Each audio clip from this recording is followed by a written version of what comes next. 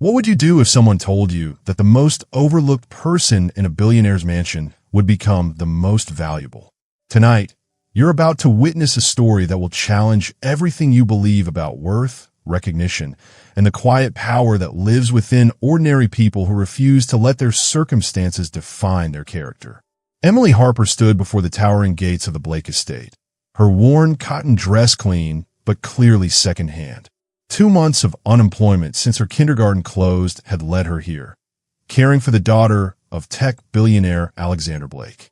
At 28, Emily had learned that life's detours often lead to unexpected destinations.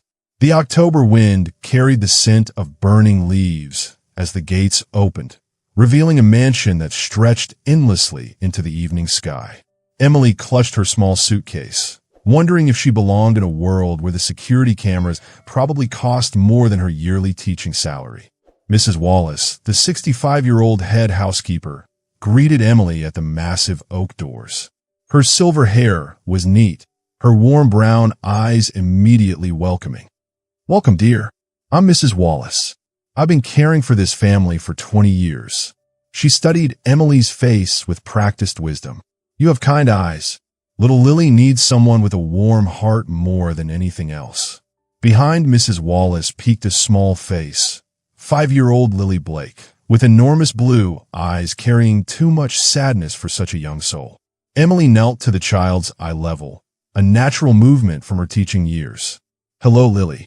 I'm Emily, and I used to teach children just like you," she said softly, her voice carrying gentle authority that had once calmed countless frightened kindergartners. Lily's whisper was barely audible. "My mommy went to heaven.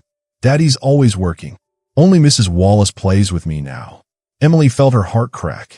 She recognized the look in those blue eyes, the careful guardedness of a child who had learned too early that people you love can disappear without warning. Take a moment to think about the children in your life who might need that extra moment of patient attention. Emily followed Mrs. Wallace through hallways lined with family portraits that told the story of the Blake legacy in oil paint and gilded frames, noting how the more recent photos showed increasingly formal poses, as if joy itself had gradually faded from the frame as grief settled into the house like dust on unused furniture. The portraits revealed 3 generations of Blake men, all with the same sharp intelligence in their eyes, the same strong jawline, the same ability to command attention without saying a word. But it was the photos of Alexander with his late wife Sarah that caught Emily's attention.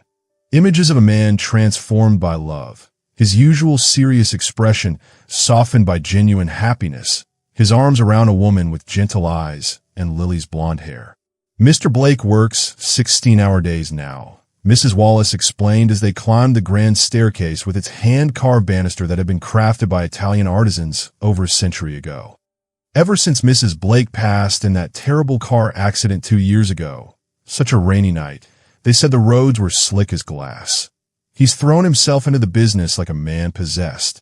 Poor little Lily barely sees her father except at breakfast, and even then, he's usually on his phone, managing crisis after crisis for clients who depend on his company's security systems to protect their most valuable secrets. They paused outside Lily's room, where the little girl had already retreated like a wounded animal returning to its den. Through the crack in the door, Emily could see a beautiful princess-themed bedroom that looked like something from a high-end magazine spread.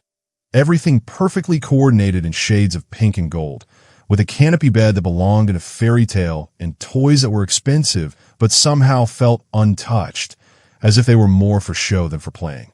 "She has nightmares," Mrs. Wallace continued quietly, her voice heavy with the weight of watching a child suffer. "Terrible fear of the dark ever since. Well, the accident happened at night, you see. Emergency vehicles, flashing lights, strangers in uniforms asking questions she couldn't understand. Mr. Blake hired 3 nannies before you, but none of them understood that you can't force a child to be brave. They wanted to march her straight through her fears instead of helping her feel safe enough to face them in her own time." Emily nodded, remembering her classroom full of 25 children who had each carried their own invisible burdens. Divorced parents, financial stress at home, learning differences that made them feel stupid, social anxieties that made recess feel like a battlefield.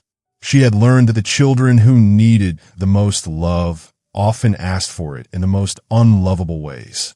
Sometimes the bravest thing we can do is admit we're scared and ask for help, Emily said gently.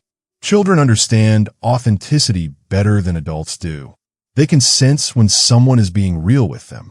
That evening, Emily discovered something that would prove more significant than anyone could have imagined.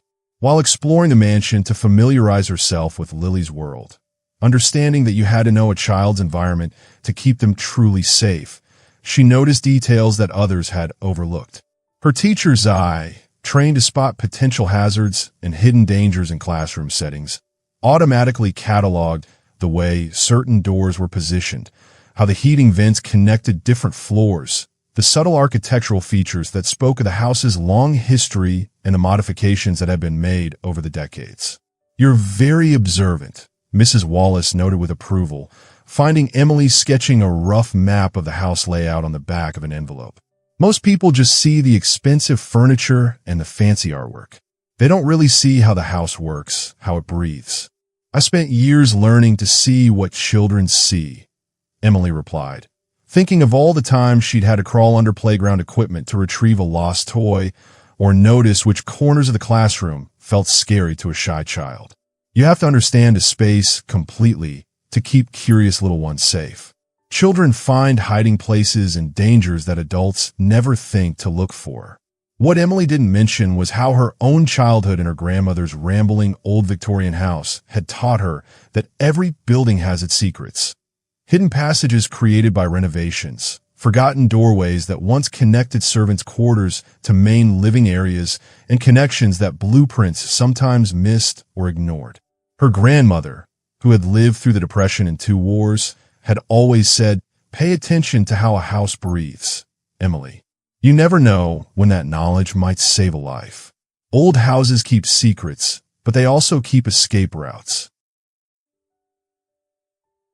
Alexander Blake arrived home at 11:30 that first night, his footsteps echoing through the marble foyer with the measured pace of a man who carried the weight of responsibility for millions in client security contracts. Emily, reading in a library while Lily slept, heard him but chose not to intrude on his routine of checking on his daughter before retreating to his study to work until dawn. Through the window, she watched him stand in his daughter's doorway, his tall frame silhouetted against the hallway light. Even from a distance, she could see how his shoulders carried tension like armor, how he held himself apart from the world as if emotional distance could protect him from further loss. The next morning brought Emily's first glimpse of the man who owned this empire of loneliness. Alexander Blake was everything the business magazines described. 6 feet 2 inches of controlled intensity, impeccably dressed in a charcoal suit, with sharp intelligence that missed nothing. His dark hair was perfectly styled despite the early hour, and his green eyes held the focused intensity of someone who had built a billion-dollar company by paying attention to overlooked details. But Emily saw what the magazines couldn't capture: how his shoulders sagged when he thought no one was looking, the unconscious habit of checking his phone as if waiting for news that would never come, and how his eyes lingered on Lily with a love so deep and desperate it seemed to pain him physically. "Good morning, Miss Harper," he said formally as Emily prepared Lily's breakfast, his voice carrying the polite distance of someone who kept even household staff at arm's length. "I trust your first night was comfortable." "Very much so, thank you. Lily and I had a wonderful time reading together last evening. She has excellent taste in stories. We started with Charlotte's Web, and she was completely captivated." For just a moment, something flickered across Alexander's face, a shadow of longing, of memories that hurt too much to examine. She loves stories. Her mother used to. He stopped abruptly, the wall sliding back into place. "Please ensure she follows her educational schedule. Mrs. Wallace has all the details." As he bent to kiss Lily's forehead goodbye, the little girl threw her arms around his neck with desperate affection. "Daddy, will you read to me tonight, please?" "Emily started a story, but I want you to read the next chapter." Alexander's face softened for just an instant before the mask returned. "I'll try, sweetheart. Daddy has important meetings with clients in 3 different time zones today. But I promise I'll come say good night when I get home." Emily watched with the trained eye of someone who had observed hundreds of parent-child dynamics. She saw a father drowning in his own protection mechanisms, convinced that providing financial security was the only way to keep his daughter safe. She saw a daughter learning to expect disappointment. But she also saw love, complicated, grieving, and absolutely real. The household staff was a study in quiet loyalty and unspoken understanding. Marcus Holt, the 40-year-old head of security, ran the mansion's complex safety systems with military precision. He was polite but distant, viewing Emily with the mild suspicion he reserved for all newcomers. "The security here is state-of-the-art," he explained during Emily's orientation tour. "Biometric locks, motion sensors covering every approach, automated lockdown systems that can seal the entire building in under 30 seconds. Nothing happens in this house without my knowledge. Mr. Blake's safety, and especially little Lily's safety, is my primary responsibility." The kitchen belonged to Rosa Martinez, a 60-year-old woman whose warm smile and extraordinary culinary skills made her beloved by everyone in the house. "That little angel barely eats," she confided to Emily. "Always too sad, too worried. She picks at her food like a little bird. Maybe now with someone young and kind who understands children." Rosa's kitchen was the heart of the house, warm, welcoming, filled with the sense of homemade bread and simmering sauces that spoke of care and attention. It was here that Emily began to understand the true dynamics of the Blake household. Over the following weeks, Emily began working a gentle magic that no one could explain, but everyone could feel. It wasn't dramatic. It was patient, consistent care that planted seeds which bloomed slowly, but magnificently. Lily's transformation started small. Instead of hiding after breakfast, she began lingering in the kitchen with Emily and Rosa, helping wash vegetables and learning to fold napkins. Her nightmares decreased as Emily introduced bedtime routines that acknowledged fears rather than dismissing them. "We're leaving 3 night lights on," Emily would say, "and Mrs. Wallace and I are both nearby. Being scared doesn't mean you're not brave. It means you're human." What amazed the staff was how Emily anticipated problems before they happened. When Lily had a meltdown about a particular dress, Emily had already prepared an alternative the child loved. When thunderstorms sent Lily into panic, Emily had created a storm-watching game that turned terror into wonder. "How did you know she'd react that way?" Mrs. Wallace asked after Emily navigated Lily through a difficult afternoon. "Children are like little scientists," Emily explained. "They're constantly testing the world to see if it's safe, if they're loved, if adults can be trusted. Once you understand what they're really asking, you can give them the answers they need." But Emily's gifts extended beyond childcare. Alexander began noticing small improvements throughout the house. Reports filed more efficiently, scheduling conflicts disappearing, staff working more harmoniously. What he didn't know was that Emily had been quietly problem-solving with the same attention she'd applied to managing 25 children.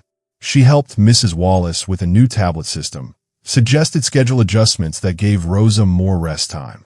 "You have a gift," Mrs. Wallace told Emily one evening. "Not just with Lily, but with making everything work better. You see connections others miss." Emily smiled, remembering her grandmother's words. The most important skills are often the ones no one notices until they're gone.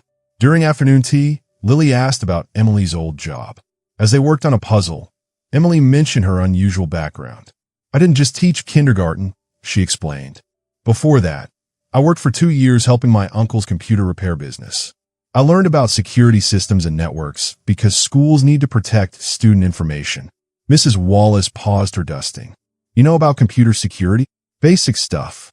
Password protocols, network safety, recognizing when systems aren't working correctly. Uncle Mike always said the biggest security problems come from people not understanding their own systems." What Emily didn't elaborate on was her true technical depth. Growing up with a cybersecurity specialist uncle had given her unique skills. Teacher's people-reading abilities combined with understanding how security systems thought.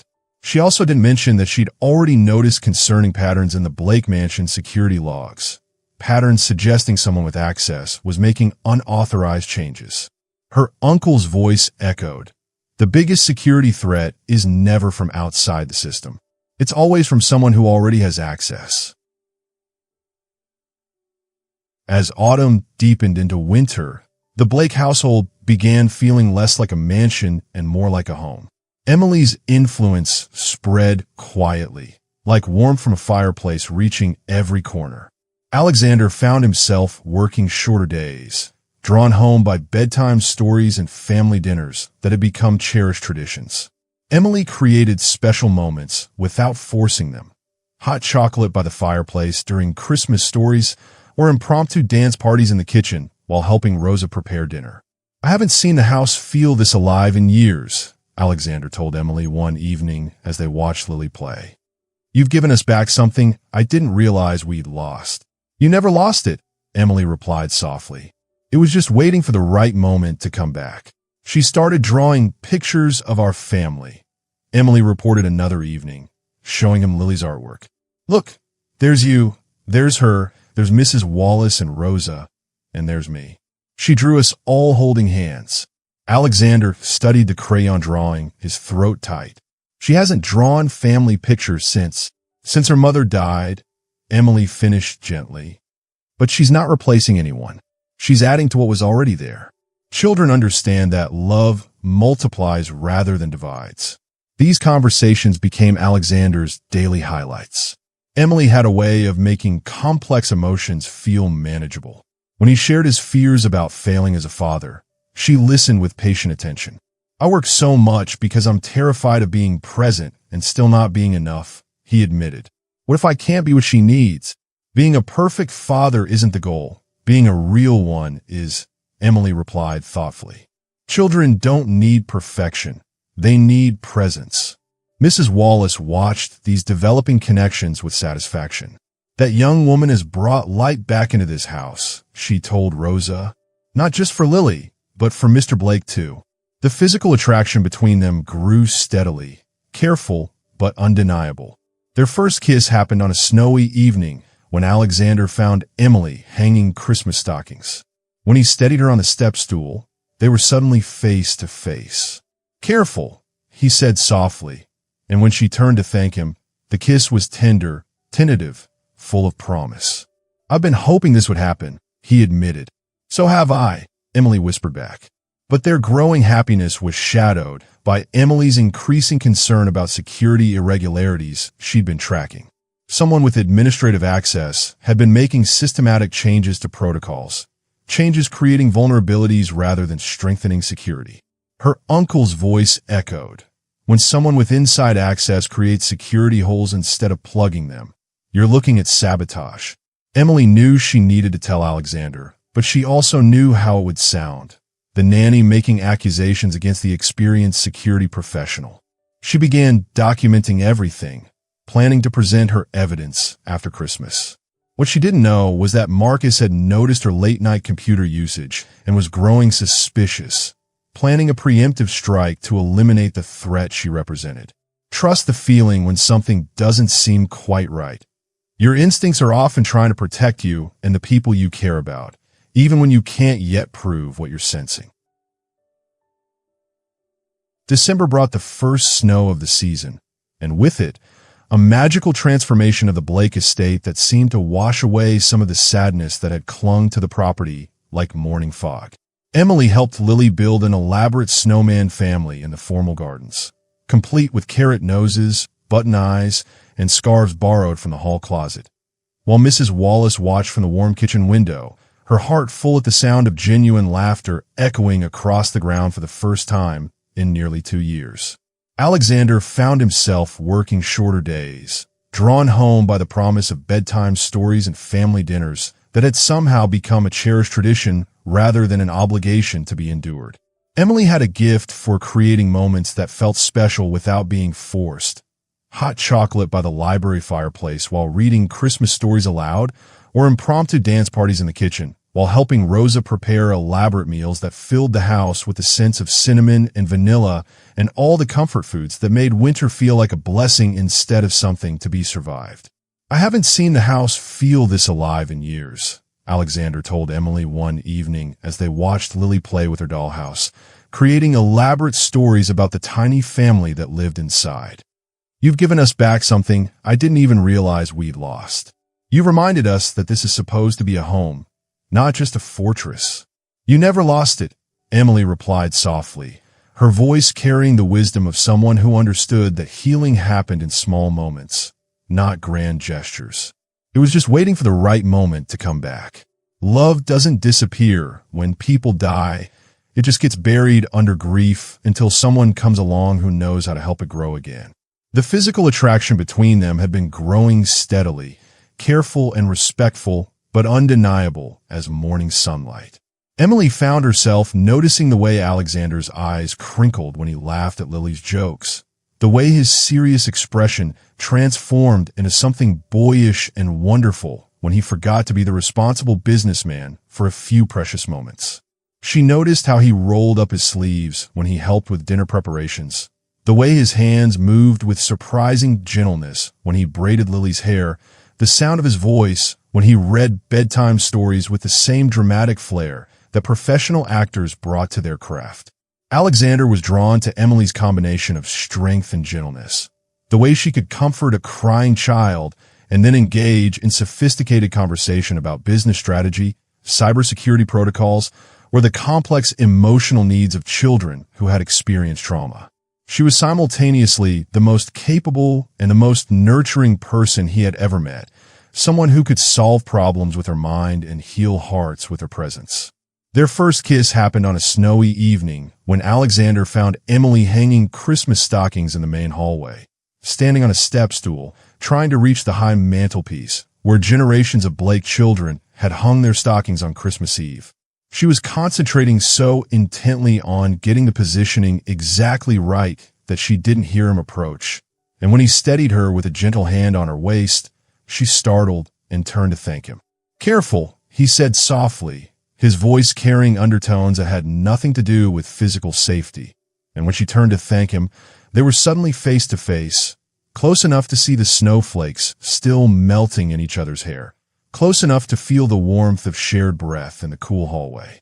The kiss was tender, tentative, full of promise and possibility, and the careful hope of two people who had both learned that love could disappear without warning.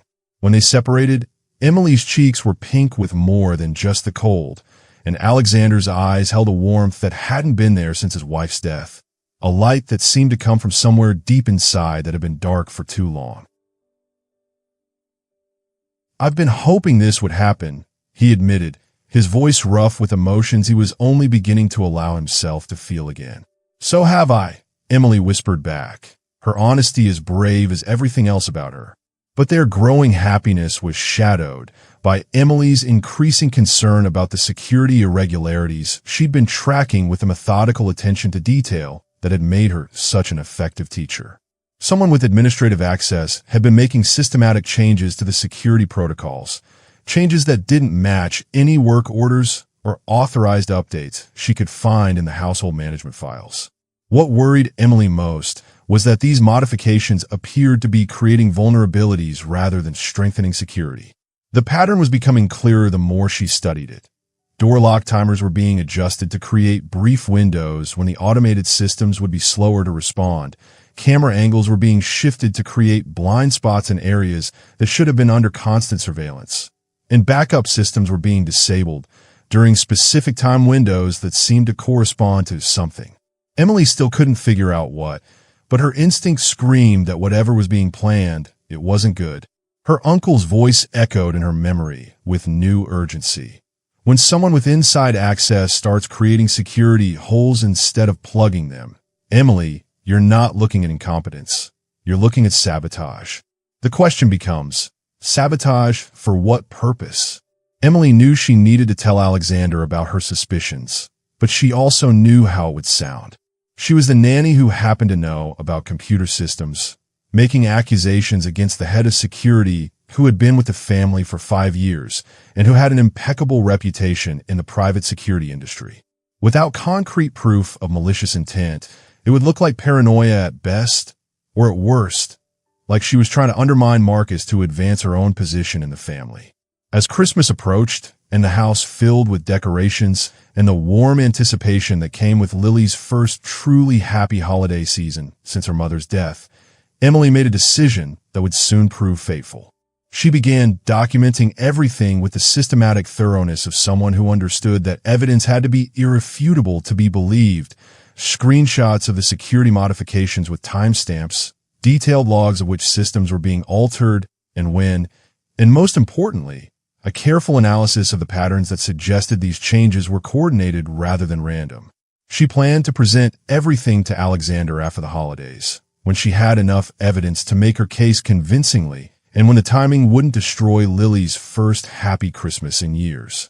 What she didn't know was that Marcus had noticed her late-night computer usage through the household monitoring systems and was growing suspicious of her activities. Suspicious enough to begin planning a preemptive strike that would eliminate the threat she represented before she could expose his carefully laid plans. The stage was being set for a confrontation that would test everything the Blake family had built together. A confrontation that would reveal just how much Emily was willing to risk to protect the people she had come to love as her own family. Sometimes the most important conversations are the ones we're most afraid to have. The truths we're most reluctant to speak because we know they might change everything. Asterisk, asterisk. Christmas Eve brought a peace none of them had expected. Lily had fallen asleep by the fireplace while Emily read The Night Before Christmas, and Alexander was experiencing something he'd thought lost forever, the feeling of family complete and whole. "Thank you," he said as they tucked Lily into bed together. "For giving me my daughter back. For making me believe in love again." Emily's heart swelled with profound happiness. "Alexander, there's something I need to tell you about the security systems." "Later," he said softly, pulling her close. "Right now, I just want to enjoy this moment with my family." Emily melted into his embrace, deciding her concerns could wait until after Christmas. After all, what harm could one more day do? The answer came at 2:17 a.m. with a sound that shattered the night like breaking glass. The fire alarm's piercing shriek cut through winter silence with deadly urgency. Emily jolted awake, immediately smelling acrid, chemical smoke. Not fireplace logs, but electrical fire. Orange light flickered under her door, but what made her blood freeze was the sound from down the hall. Lily's screams of pure terror, raw and primal. Emily sprinted toward Lily's room, bare feet slipping on marble floors. Thick smoke filled the hallways, and the automated security system had engaged with mechanical precision. Titanium deadbolts sealing all doors, designed to withstand armed assault. Through reinforced glass, she could see Lily huddled in the corner, sobbing in terror as smoke crept under her door like a living thing hunting its prey. The child was trapped like a bird in a cage while death approached from all sides. "Lily!" Emily screamed, pounding against the impenetrable door. Marcus appeared, frantically stabbing buttons on his remote. "System malfunction. Lockdown won't disengage. Fire department needs 10 minutes minimum." 10 minutes? Emily's voice cracked with desperation. "She'll suffocate." Alexander arrived, his face a mask of absolute terror. He hurled himself against the door with superhuman strength, but the security system held firm. "Lily, Daddy's here. Hold on." Inside, Lily's screams were weakening. The smoke was getting thicker. Emily's mind raced. The heating system, the old ducts from the 1920s. Her grandmother's words echoed. "Pay attention to how a house breathes, Emily. You never know when that knowledge might save a life." "Mrs. Wallace," Emily shouted over the alarms. "The basement heating ducts, do they still connect to the bedrooms?" "Yes, but Emily, those spaces are death traps.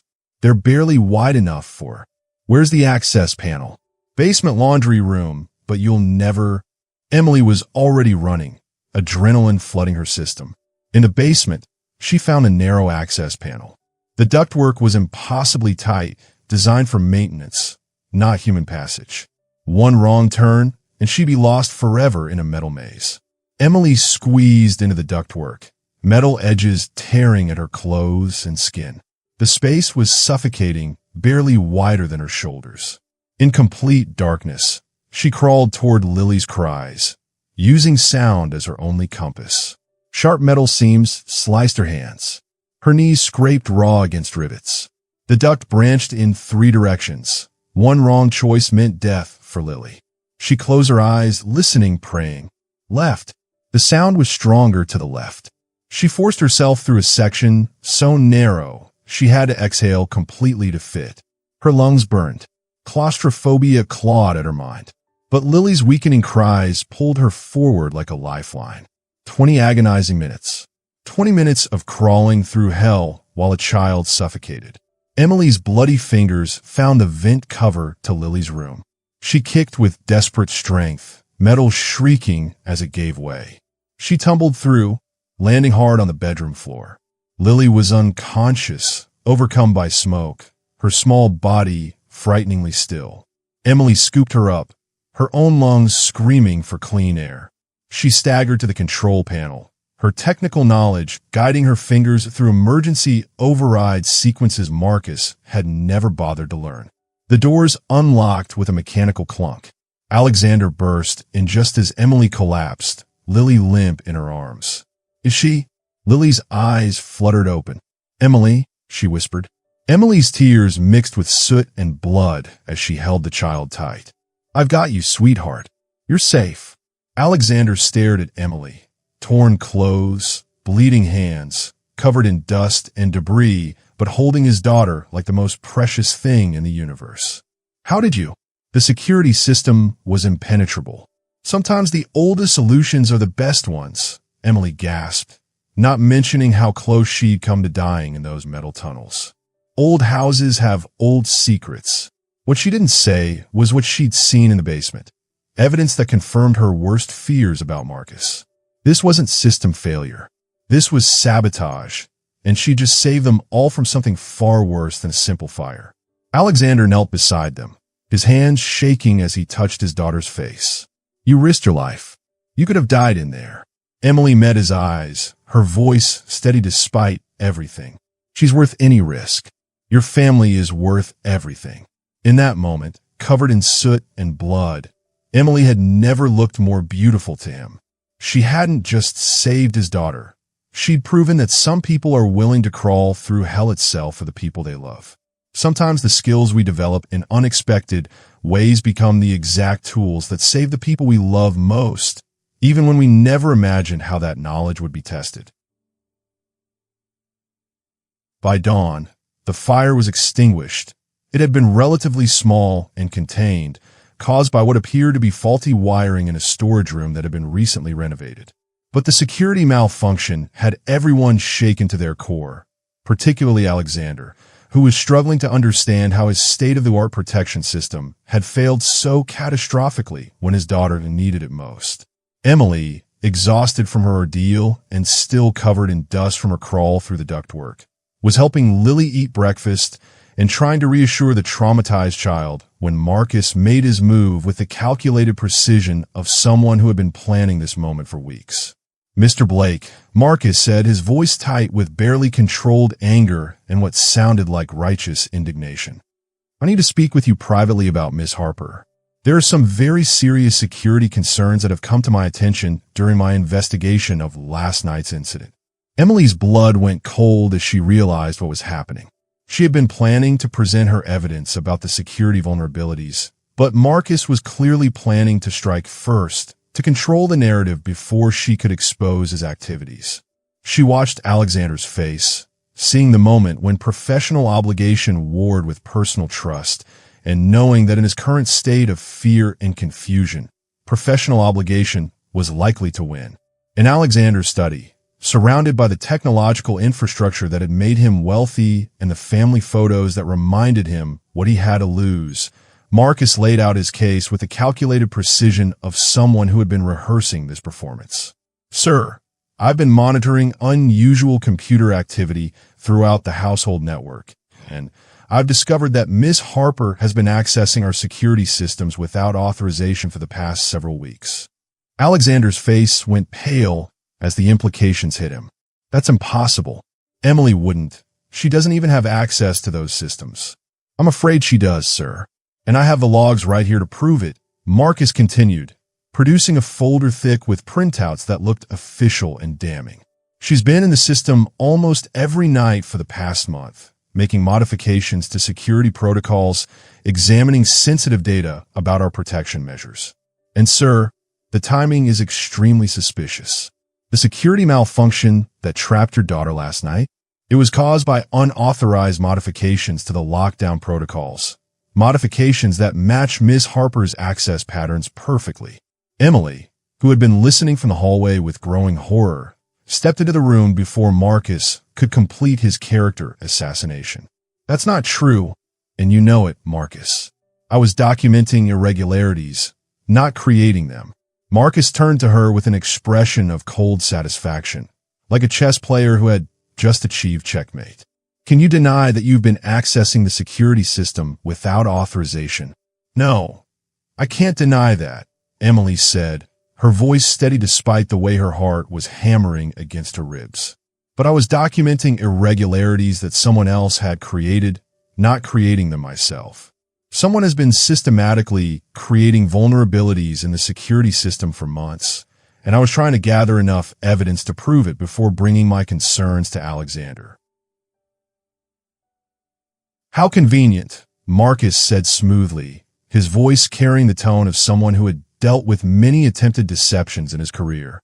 The nanny who just happens to have computer skills discovers irregularities that only she can see, and when the system fails and endangers the family, she's conveniently positioned to play the hero and save the day. It's quite an elaborate scheme, actually. I have to admire the planning that went into it.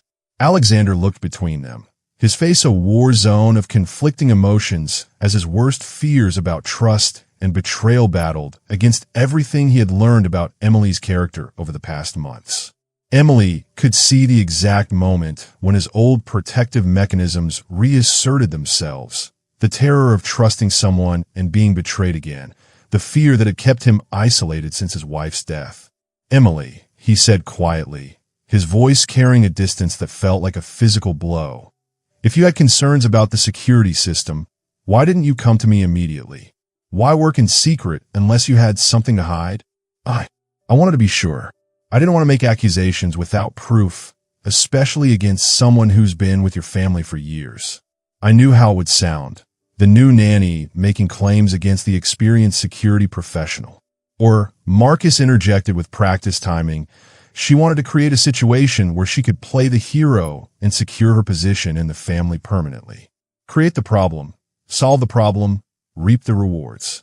It's a classic confidence game, Mr. Blake.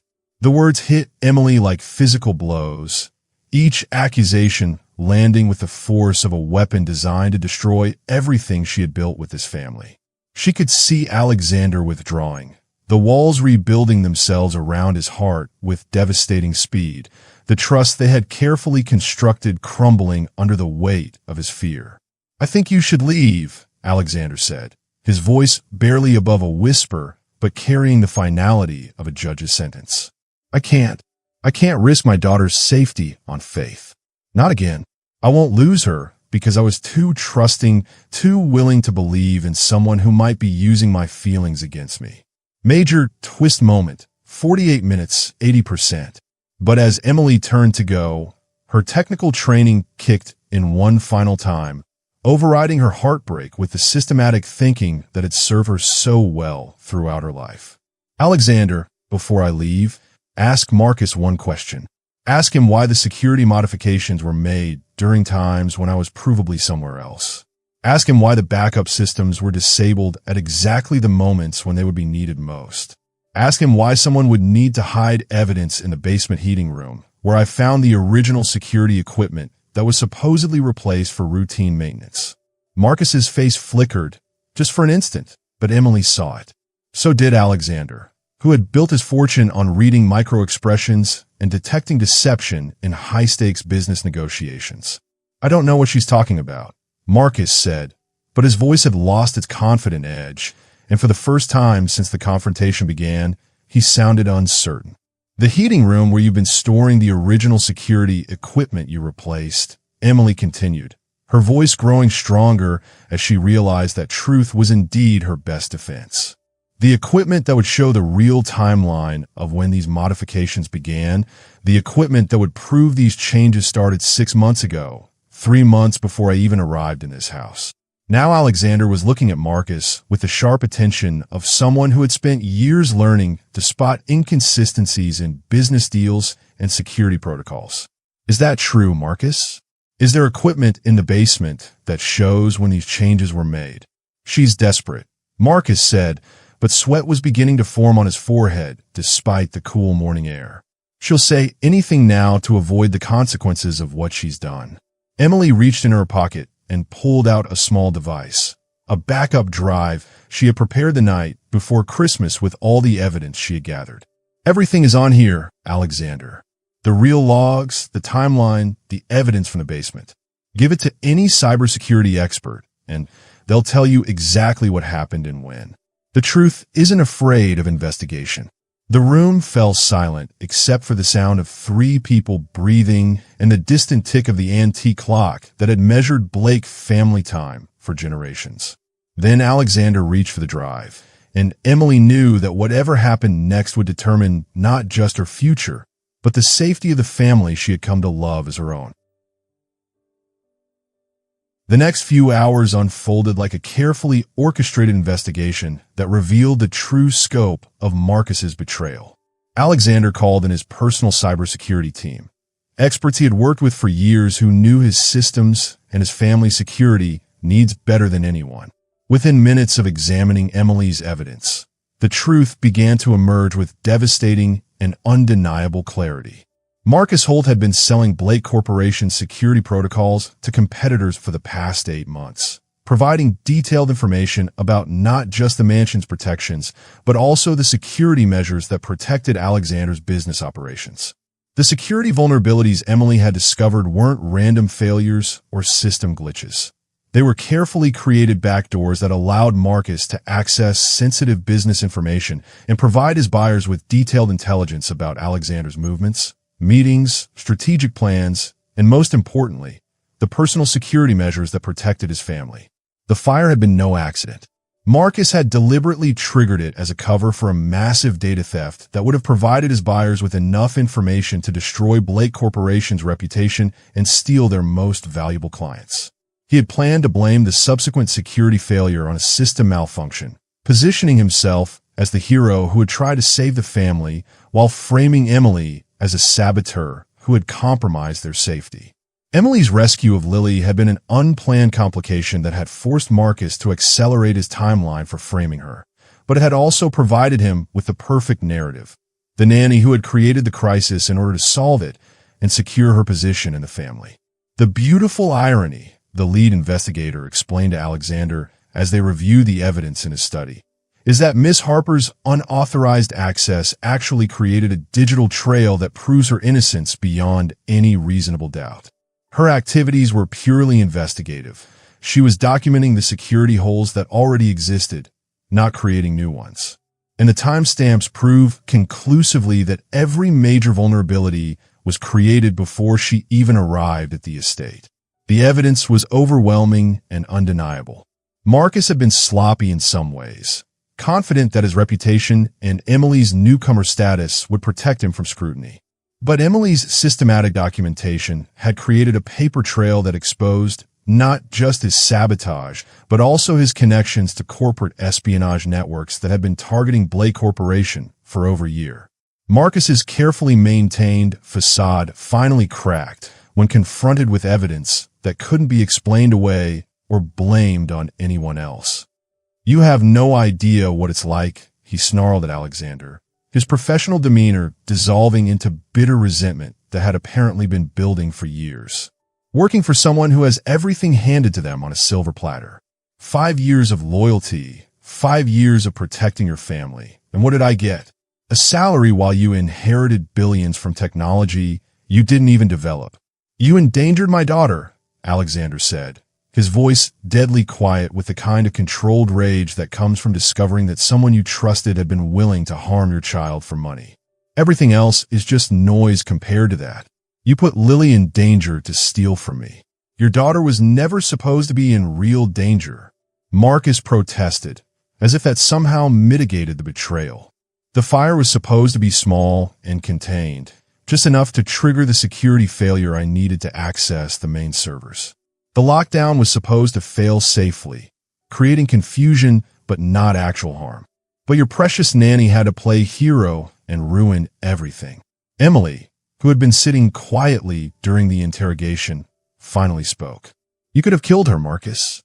All of this, the money, the revenge, whatever you thought you were owed, none of it was worth risking a child's life. She's 5 years old. She lost her mother, and you were willing to traumatize her further just to steal computer files. Easy for you to say. Marcus spat with the venom of someone whose careful plans have been destroyed by someone he had underestimated. You've already won the lottery, haven't you? Poor little nanny from nowhere who catches the billionaire's eye and gets the fairy tale ending. Well, congratulations on your performance. You get everything you wanted. As the police led Marcus away in handcuffs, Emily felt no triumph, only exhaustion and a profound sadness for how fear and resentment had twisted someone into putting an innocent child in danger. She understood that Marcus's betrayal went beyond mere corporate espionage. It was the kind of personal resentment that came from watching other people's happiness while nursing your own sense of being overlooked and undervalued. Alexander approached her slowly, his face full of remorse and the kind of regret that comes from realizing you've nearly lost something precious through your own fear and mistrust. Emily, I'm so very sorry. I let my fear make me doubt you when I should have trusted what I knew about your character, about your heart, about the way you love my daughter. Emily nodded, accepting his apology but still feeling the sting of how quickly he had been willing to believe the worst about her, how easily their trust had been shattered by someone who understood exactly which fears to exploit. I understand why you were scared, Alexander. Trust is terrifying when you've been hurt before. But if we're going to build something real together, it has to be built on faith in each other, not on the fear of what might go wrong. You're right, he said simply. I have work to do on myself, on learning how to trust again before I can be the partner you deserve. I need to understand that protecting the people I love doesn't mean keeping them at arm's length. It means choosing to be vulnerable enough to really love them. We both have work to do, Emily replied gently, her voice carrying the wisdom of someone who had learned that real love requires both people to be brave enough to be imperfect together. But maybe we can do that work together if you're willing to let me stay and help you learn how to trust again. The weeks following Marcus's arrest brought a different kind of transformation to the Blake household. Alexander began therapy to address his grief and difficulty with trust. Emily started cybersecurity courses while they built their relationship on complete honesty about their fears and hopes. What happened with Marcus taught me something crucial, Alexander told her as they watched Lily play in the garden. I was so afraid of being hurt again that I almost pushed away the best thing that had happened to us since Sarah died. Emily took his hand, and I learned that I can't protect people by keeping secrets.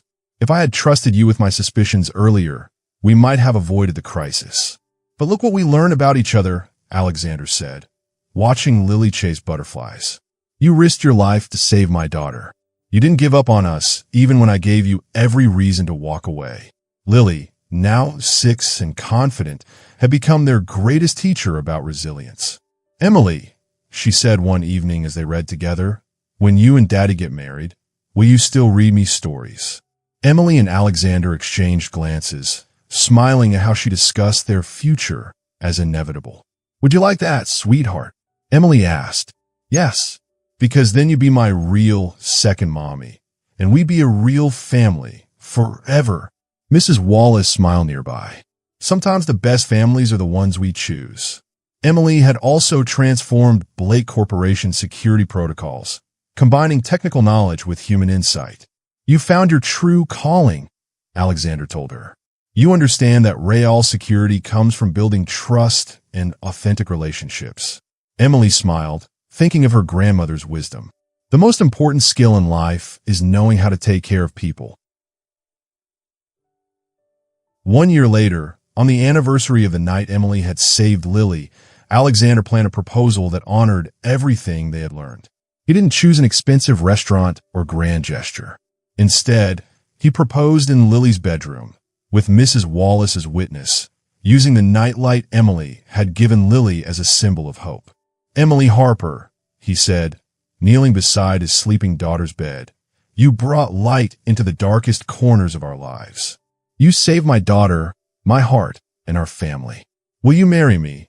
Not because I'm wealthy, but because I love you and want to spend my life being the man you see when you look at me." The ring wasn't a massive diamond, but a simple band with 3 stones, representing him, Lily, and Emily. Because the most beautiful thing about us is how we look together. Emily said yes to the family they had built through crisis and trust, fear and courage, ordinary moments and extraordinary love. Mrs. Wallace wiped her eyes. 66 years on Earth, and I've never seen anything more beautiful than people choosing love over fear. Their small, perfect wedding was held in the garden with Lily as maid of honor. As they exchanged vows, Alexander promised to trust Emily's judgment. Emily promised to share concerns openly. Lily promised to help them remember that families are built through daily choices to love each other. 6 months later, Emily opened the Blake Foundation's new initiative supporting overlooked talent. Her first grants went to single mothers pursuing cybersecurity degrees and community colleges recruiting non-traditional students. "The most dangerous assumption," Emily told the board, "is that talent only comes in expected packages.